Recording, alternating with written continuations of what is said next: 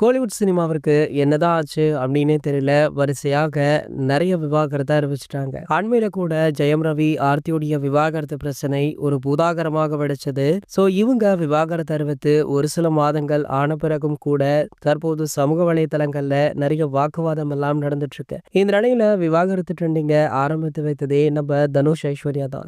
இவங்களுடைய விவாகரத்தை அறிவித்து கிட்டத்தட்ட 3 வருடங்கள் ஆக போது அதிகாரப்பூர்வமாக விவாகரத்து கிடைத்து கிட்டத்தட்ட ஒரு சில மாதங்கள் ஆக போகுது. இந்த நிலையில பாத்தீங்கன்னா தற்போது இருவருமே அவங்களுடைய ப்ரொஃபஷன்ல படு பிஸியாக செயல்பட்டு கொண்டும் இருக்காங்க. ஐஸ்வர்யா பாத்தீங்கன்னா லால் சலாம் படத்திற்கு பிறகு அடுத்த படத்திற்கான கதைகள்ல இறங்கியிருக்காங்க. நம்ம தனுஷ் அவர்களுமே நிறைய படங்கள்ல கமிட் ஆகி நடிச்சிட்டு இருக்காரு. இந்த நிலையில தற்போது ஐஸ்வர்யாவுடைய 2வது திருமணம் பற்றிய பேச்சு தான் சமூக வலைதளங்கள்ல வைரலுமே ஆகிட்டு இருக்கு. சூப்பர் ஸ்டார் அவர்கள் தற்போது இன்னும் 2 அல்லது 3 மாதங்கள்ல ஜெயிலர் படப்பிடிப்பு முடிக்க இருக்காரு. அது முடிந்த உடனேயே ஐஸ்வர்யாவுடைய 2வது திருமணம் நடைபெற உள்ளதாக சொல்லப்படுது. அதற்கான ஏற்பாடுகளுமே ஒரு பக்கம் பிரம்மாண்டமாக நடந்துட்டு இருக்கா.